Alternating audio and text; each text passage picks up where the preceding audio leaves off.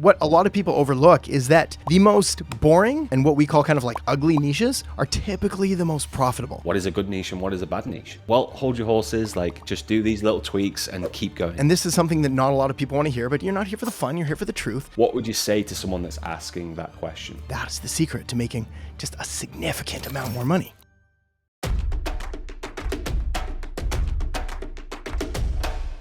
All right, hey there, and welcome back to the Modern Marketing Podcast. Joined with me, as always, I've got my lovely co-host, Dave. How are you doing there today, Dave? Yeah, all good. Good to be back again for another podcast. I know we've got some exciting things to talk about today. At least according to my notes here, it looks like we're talking about one of the most popular and certainly one of the most asked about questions that we get on a pretty much regular basis, which is niching down, also known as niching, if you choose to go that way.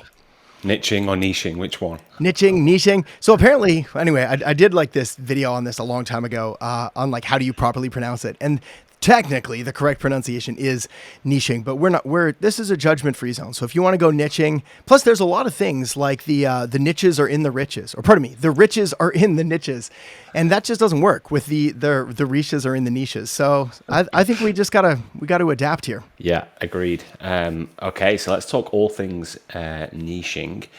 So first of all, to kick us off, like, what is niching? For anyone that hasn't heard of it, I mean, it's a term that is thrown around a lot, and it's like, should I niche down? Should I niche down?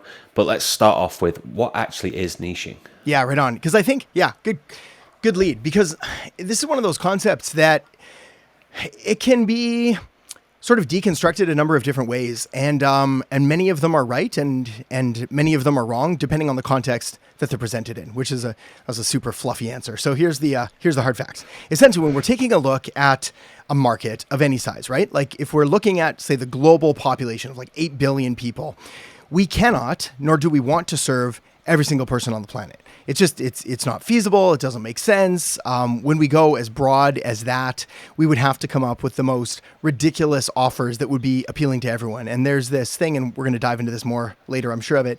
But it's like when you're broad, you're boring. When you're bland, you're ignorable, and you're forced to do that. You're forced to naturally water down your message so that you don't exclude certain groups from that. So regardless, we've got to be selective of who we're going to serve with our business, with our agency, with whatever it is that we're doing. And that really is what niching is. It's choosing to focus on a certain segment of the market. Now, how we do this is the whole conversation, and this is where things get really interesting, is because there's like a million ways to niche down. There's niching down into different demographic criteria, like age, gender, income, occupation. There's geographic, serving certain areas. There's psychographic, serving attitudes, beliefs, values, interests, organizations, affiliations. And then there's this like hybrid approach that we kind of preach and stick by, which is like, what is the overlapping characteristics of a lot of those? So it's like, we do want to be specific in demographic, in geographic, in psychographic. Now, in the context of like an agency, when we talk about niching down, we're typically talking about serving one segment of the market, being this very broad thing like plumbers or contractors, drywallers, dentists, chiropractors, physiotherapists, funeral homes, pest control, all of those. But that's just one way to niche down. And we do want to typically take it a step further as well, and then niche down also in regards to like the service that we're offering. So we're not doing like all marketing things for all, let's say, roofers. Well, maybe we're focusing on web design or SEO or some kind of funnel design or some kind of Google ad or whatever it is. So that is niching in a nutshell, taking all of the people that you could possibly serve and then deciding to focus in on one select segment of the market and then literally putting on the blinders and excluding everybody else. And it's totally counterintuitive, but that's the secret to making just a significant amount more money. Yeah, it's interesting that you say that. And one thing that I've always thought about as well is when you're looking to niche or niche down is look at something that you actually enjoy doing as well, because that can be dangerous if you start to niche down. So let's say we niche down into SEO for plumbers, but that is so boring to you, then that niche isn't necessarily going to last a long time or your business isn't going to last a long time because you're not going to enjoy it. So at the same time as when you choose a market, like a sub-market, like plumbing or roofing, and then you choose your service to provide to that market, you've got to think about what am I going to enjoy doing? Am I going to enjoy working with these people? Because as you start signing more clients, it might get a little bit, you might start to get what we call shiny object syndrome and look elsewhere because you're not enjoying what you're doing. So something to think about when niching as well. So what do you think in terms of, like, you've just started an agency, like, how would you niche down? Like, where do you start to think about niching down? Yeah, well, I think you sort of like teed it up there, which is it does help to find something that you're interested in. And the reason that it helps to find something that you're interested in is because it's going to allow you to go so much deeper into that niche and into their what we call miseries and miracles. So the miseries being their pains, their fears, their problems, their frustrations, all the things they're trying to get away from, and their miracles being all of their wants and their dreams and their goals and their desires. And there's a quote that I use pretty much every single day, which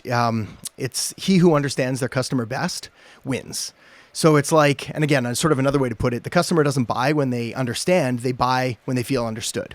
And the only way to get that across is to really deeply know these people that you're serving. And this is something that, I mean, again, we can give you shortcuts and hacks and tricks, and you can read books and you can get up to speed pretty quickly, but like the real pros, the real money, like that's made when you really deeply, intimately know the pains and problems and fears and frustrations and all the things that your target market is going through. And it's really hard to go and want to do that level of due diligence and research into something you just don't care about. So it's like, yeah, we've got to pick something that we kind of half care about. Now, granted, there is an exception for, I would say, like, there's 5% of the people out there that are just like pure operators, and they're just like driven marketers, and they will go into any niche and they will find ways to be motivated out. Now, full disclosure, this is kind of me. So it's like, I love marketing so much that I can kind of get excited about any niche. So like we've had success in all kinds of different ones because I find it interesting to go find that like kernel and then pull on it. But granted, if that's not you, that's cool. You can still be incredibly successful and make a lot of money, but we're going to have to line that up with what's something that you like. Now, the benefit there is you're also going to then probably have some kind of experience with it, because we tend not to like things that we don't know about or we're not very good at. So if we look back at our experience, like a lot of our students, for example, it's like, well, they used to be plumbers, so they get into plumbing marketing. Or they've got a partner who's a dentist, so they start doing dental marketing. Or they've got an uncle who's a chiropractor, so now they've got access to that business. So there's going to be typically someone in your network that you've come across where you're like, all right, I sort of see how this works. I have a bit of an inside track. I've got a friend of a friend that I could at least talk to, because again, that's going to get you that initial momentum to help choose that first point. So yeah, point number one, you got to find something that you're quasi somewhat interested in. Number two, and this is where things get a little tricky, is like we've got all kinds of rules on like the industry should be growing. So obviously we're going to want to be doing marketing for, say, AI based or solar or renewable energy or any of the kind of local small business, dentist, chiropractor, et cetera, et cetera. And obviously not something like a newspaper or any declining industry. Want to make sure that they're obviously able to afford it. So it's like you might love cooking and baking, but like the bakery down the street that's selling loaves of bread for $3 or $5 may not be able to afford what you're doing. So therefore they're not going to be able to pay the premium prices. They've got to be obviously in an industry that is going to allow you to get a good ROI for them. So again, if they're selling, I don't know, $5 ice creams, you got to sell a lot of ice creams to make them any money. But if they're selling like a $5,000 cosmetic dental practice or service or something like that, well, I mean, you sell one of those and you've probably ROI'd for them. So all of these things kind of come into play. But then I think what a lot of people overlook is that the most boring and basic and what we call kind of like ugly niches are typically the most profitable. And they're like pretty, sexy, shiny, fun ones. They're super saturated because everybody wants to go there. So I've personally made some of the most money in like the most ugly, boring niches out there. Yeah, you make a good point as well about like almost, I call it like the low hanging fruit, especially when you're looking to get into your agency. Like if you know someone that is in that niche and you could service them like almost like a beta client, you could test with them. That also helps as well, because again, when you first get started, it's not like you're going to have hundreds of people lining up to work with you. So if you can go out and already know people in that market and have somewhat of an understanding of that market, that really helps you kind of just kickstart your agency. So yeah, really good point. So from our experience, what would you say a good niche is, and then what would you say a bad niche is, just to give people some context out there, because we're talking about niches, but like what is a good niche and what is a bad niche?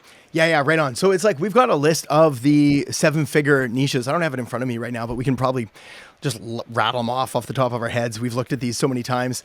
The best niches are typically, and they're going to fall into this criteria, and you're gonna see the overlap here in a second. But it's like a local service-based business.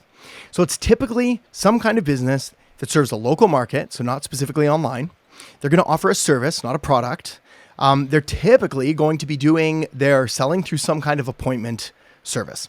So it's like if they need someone to give them a phone call, to book an appointment, to deliver a service, that's typically a winner. So things are dentists, chiropractors, solar, med spas, funeral homes, pest control, roofers, plumbers, contractors, bathroom renovations. What else is on the list? There's martial arts is good. Jiu-jitsu obviously falls under that. We've got gyms, still very effective. There's a few in there that we're gonna caveat. I'm gonna give a couple warnings on, but like anything like that, accountants still work really well. Lawyers still work really well. Again, we don't really talk about this too much, but if they have a service that somebody would go to Google for and like search in a Google search, that would be another valuable thing. So you don't want something that like no one is looking for and has no money, and like we rarely look those things up. But if someone's like personal injury lawyer near me, or cosmetic dentist near me, or who's the best lawyer in town, or whatever it is, like these are going to be amazing potential clients for you. Now, that said, there are some that are more competitive than others. And this is largely just due to kind of the rising popularity of marketing agencies and SMMA over the years and that. So it's like, back in the day, it really was blue ocean. Like we could just do anything and nobody had ever heard of this before. And so it was easy pickings. And then a bunch of YouTube influencers came in and ruined everything for all of us, all these marketers. But they popularized things like dentists, chiropractors, and gyms, real estate agents, anything like that of those four: dentists, chiropractors, real estate agents, gyms. You can do it, but it's going to be competitive. Now, I'm not saying don't do it. In fact, both you and I, we've had really good success in the fitness space and in the gym space. That's kind of where we cut our teeth back many, many years ago. But unless you have some kind of experience or inside source or just like this insane passion for it, those are typically ones you're going to want to avoid. Whereas like some ugly ones that people don't want to necessarily do, say funeral homes, very profitable because like not everybody's chasing them down, and you'll find that there's some of the nicest, best people out there who are willing to help. So again, yeah, if you're willing to sort of be a little bit creative and think outside the box, look outside the box, and that only caveat there. So many caveats, Dave. So many caveats. The nuance, all these details.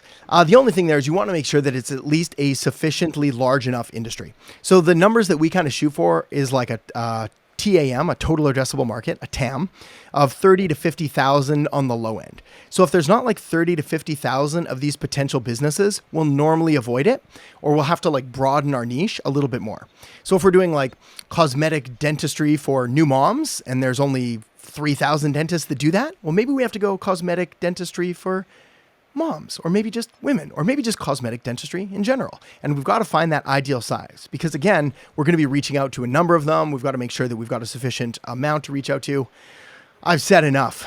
Yeah, I'm not sure I'd want to do lead generation for funeral homes, but the beauty one maybe. But yeah, that's an interesting niche. Yeah. We did so well with it. It was so our main strategy there was Google ads and some good old fashioned SEO. So it's like we dominated the Google trifecta of we would put up a Google ad at the top, then we would have a Google map listing. So the Google business profile, which we'd build out by optimizing it, filling it out, building just a ton of backlinks and citations to it. And then we would rank the organic website, and we would typically get like 2, sometimes 3 spots on that first page because we'd rank the homepage. We'd typically rank like a services page, and then we'd rank some other random obscure article that we would then turn into a page. So we would like dominate that first page. And it was, I don't want to say it was easy, but it was like, it wasn't nearly as hard as some of the other niches. And we would just do this for city after city after city after city. And yeah, people would be willing to pay an absolute premium for those positions. So.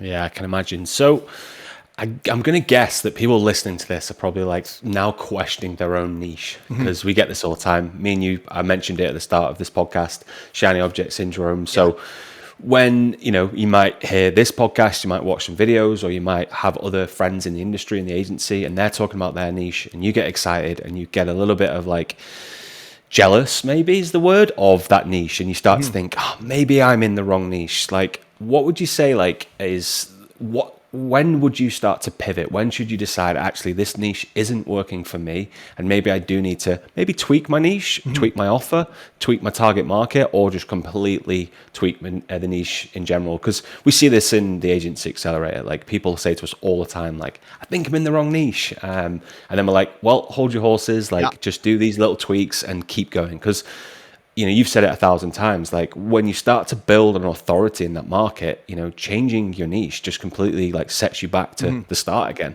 and you have to rebuild. So yeah, I think it would be definitely useful probably for the listeners to hear, like, what would you say, like, when would you start to pivot, or when should you decide to change something?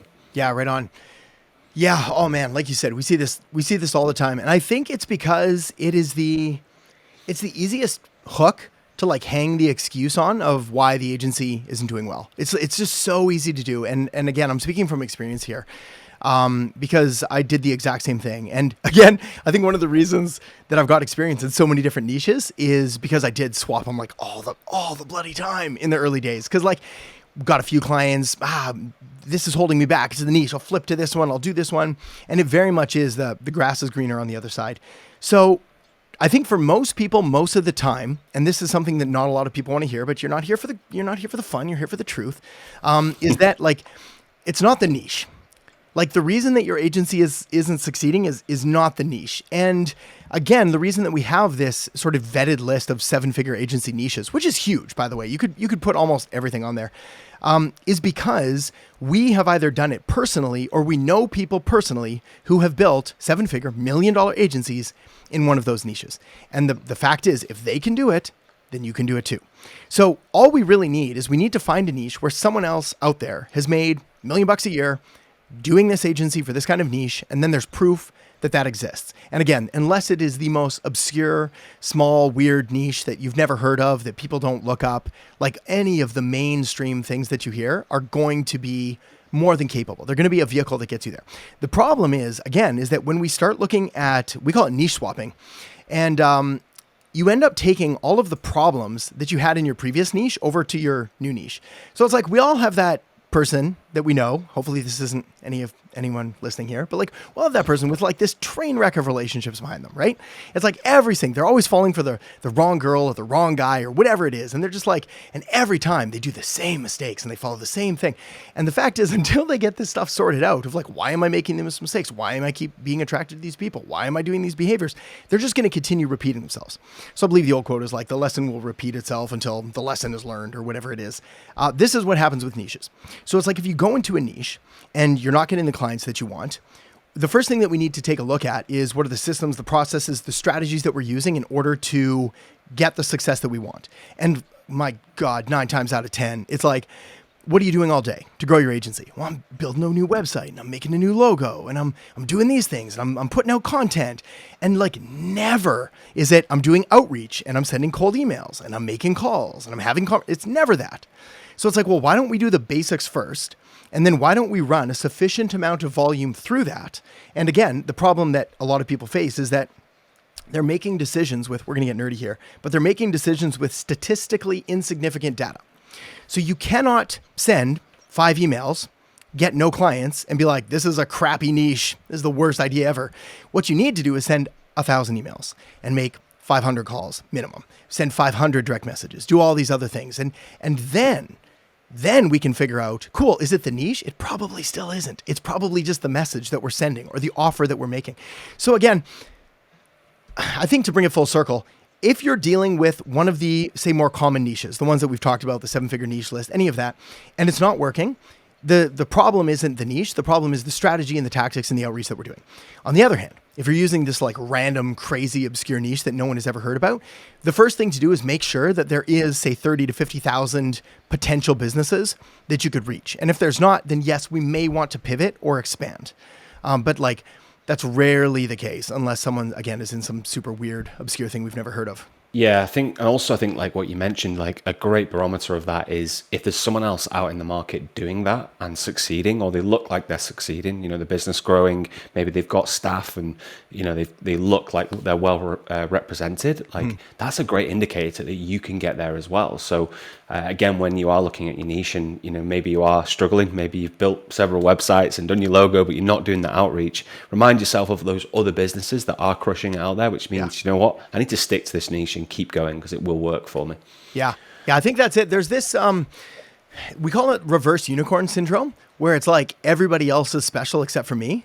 So it's like I'm cursed. I've like just because they did it doesn't mean I can do it, and it's a mental block really, because the fact is I think I'm probably the perfect example of this. I'm a pretty normal dude, like very very normal person, and that said, the behaviors and the attitudes and the beliefs and the mindset and the success, like that has been cultivated just by doing the right things over time. But it's like where I'm at today and where I started with are completely like unrecognizable. So you have to know that where you want to go is absolutely 100% achievable by you. Like there's nothing that we're doing here that requires superhuman feats of strength, incredible amounts of talent. We're not asking you to become Michael Jordan or LeBron James or do anything that's like, if you don't just have these natural God gifted abilities and talents in you. None of that is true. Great marketers are trained, not born. Full stop. There's this sort of myth about like, I believe you're born an entrepreneur and you can't learn it. I don't buy it. Like if you've got the desire to do it, then you already have that inherent skill set inside of you that we just have to sort of bring out with the right training and education and mentorship and all of that. So yeah, it's a bit of a cop-out excuse, I think, and one that I certainly used in the past of like, well, I'm different because of X, Y, Z, but the fact is like if you look at any of the top performers, they've all had a number of hurdles or obstacles or challenges that they've had to overcome, and they've simply sort of like rolled up their sleeves and got to work. So yeah, it's doable.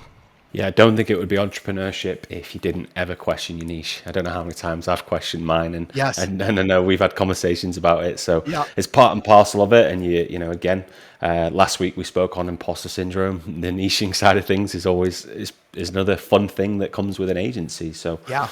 yeah. Yeah. So a question that I get asked all the time, and when you're first starting an agency, we've spoken about niching. We've then spoken about potentially low-hanging fruit. And a question that comes up, especially in the agency accelerator, is if I niche down, does that mean I can't take on anyone outside of my niche? And I think it's a super important question because when we first start our agency, we want to bring on clients, but there's also a flip side to that because then you're kind of doing one-off work. So Yeah. what would you say to someone that's asking that question? Yeah, it's funny because this is one of those like do as I say, not as I do situations, where I think that the advice that I should give that I'm not going to, but like the advice that I probably should give is, yeah, stay focused, stay in your niche, whatever it is, like blinders. And honestly, long term, that's probably the more productive and good advice. But short term, and speaking as someone who like started an agency with $0 and nothing and needing to buy food to live and to feed myself,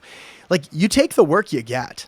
Honestly, like if you have an opportunity that comes across your plate for a client or a project or something that's outside of your niche, you kind of do it. Now, that said, there are going to be limits here and there are going to be some guidelines and rules that I like to keep in mind. The first of which is I want there to ideally be some kind of crossover or carryover skill, experience, something that I can do for a client that may not be in my niche, but at least I'm going to be able to learn or build assets or have something else that I can apply to my main niche. So that's sort of number one. The second thing is it's got to be lucrative. Like I've got to make some money out of this because this is not a long-term play. This is the like, make sure I don't starve to death play, which is cool. We got to do that. But it's like, I'm going to do this for the money, ideally, and experience. The third thing is this going to be really, really fun? And by the way, that's like way low on the totem pole, the fun aspect of it. But like, if it's going to pay you well, if you're going to get some good experience out of it, and it's going to be half fun, then I say go for it.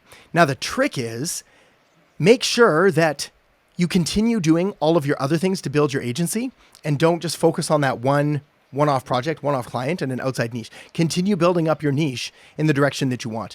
But the reason that I'm not against taking on these other projects is because you never really know where they're going to lead. And you might uncover, again, that would be a good reason, probably one of the only reasons to swap niches is let's say that, I don't know, you're in automotive detailing and you're just like hitting brick wall after brick wall and you're doing your outreach, you're doing everything you're supposed to, but like all these veterinarians just keep reaching out because of your network.